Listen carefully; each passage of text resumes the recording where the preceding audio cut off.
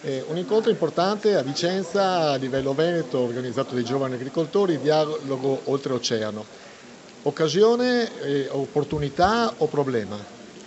Eh, In questo momento è un problema perché se gli accordi del Mercosur verranno ratificati così come sono adesso, diventerà per l'agricoltura italiana e europea diventerà un problema, perché questi accordi non prevedono per gli scambi commerciali in agricoltura il concetto della reciprocità, che per noi è fondamentale. Cos'è la reciprocità? La reciprocità è quel concetto che prevede lo scambio di merci a parità di condizioni, sia di coltivazione che di sanità che di regole. In questo momento, se questo accordo viene ratificato così, queste regole non sono le stesse. In Italia abbiamo regole rigidissime di produzione con costi molto alti, mentre entrerebbero dai paesi del Mercosur dei prodotti con meno regole, meno controlli, meno da un punto di vista anche sanitario, e quindi con dei costi molto più bassi, che renderebbero il nostro settore ancora più debole di quanto non lo sia oggi.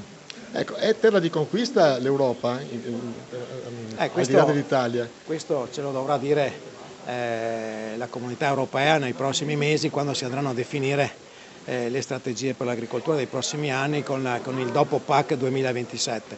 Dovremmo capire quali saranno gli indirizzi. Se rimarranno gli indirizzi che sono stati in questi ultimi anni, sicuramente l'agricoltura europea ne risentirà in senso negativo. Ecco, offensive dall'Africa, offensive dal Sud America, offensive anche dai paesi dell'Est, non ultima l'Ucraina, eccetera. Sì, sembriamo diventati terra di conquista, e una via d'uscita deve essere quella di riuscire a comunicare meglio quella che è l'importanza del settore primario.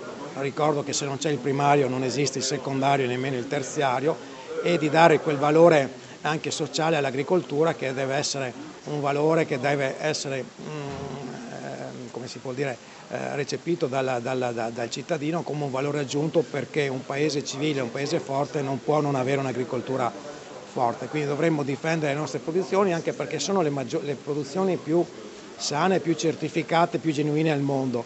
Se noi importiamo di più e produciamo di meno, questo vuol dire che i nostri cittadini mangeranno sempre peggio, e questo lo dobbiamo evitare.